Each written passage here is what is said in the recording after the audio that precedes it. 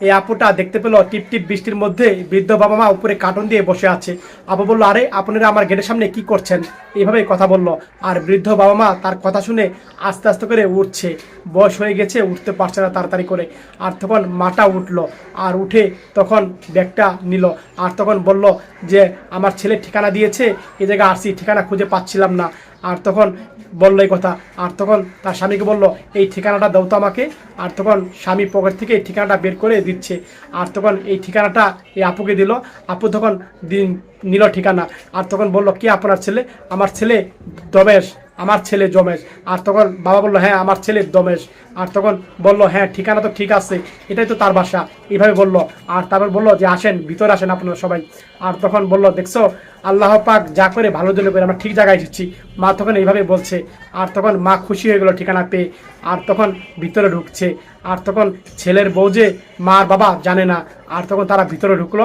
আর রুমের ভিতরে বউ বলল যে এদিকে আসেন, আপনারা ভিতরে আসেন, এ কথা বলল। এক পর্যায়ে তাদেরকে ভিতরে নিয়ে গেল। আর ভিতরে নেওয়ার পরে বলল যে আপনারা এই জায়গা বসেন।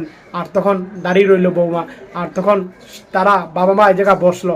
আর বসার পরে বলল, আপনারা এই জায়গা বসে আরাম করেন, রেস্ট করেন, আপনার জন্য আমি পানি নিয়ে আসছি। এইভাবে বৌমা কথাগুলো বলল। আর তখন কথা বলে তখন চলে গেল। আর তখন বাবা মা বসে রইল। আর বৌমা তখন রুমে গিয়ে তার স্বামী বলল, শুনছো? আর স্বামী তাকালো, বলল, তোমার বাবা মা এসেছে।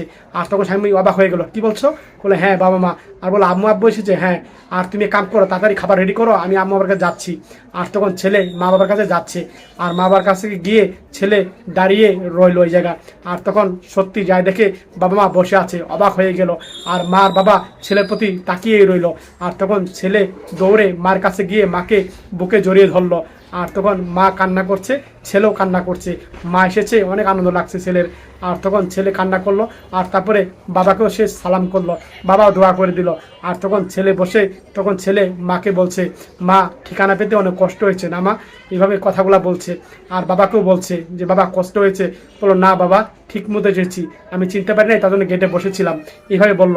আর বৌমা বলল, মা বাবা এখন থেকে আপনাদের কোথাও যেতে হবে না, এই বাসাতেই থাকবেন। এইভাবে বৌমা কথা বলছে।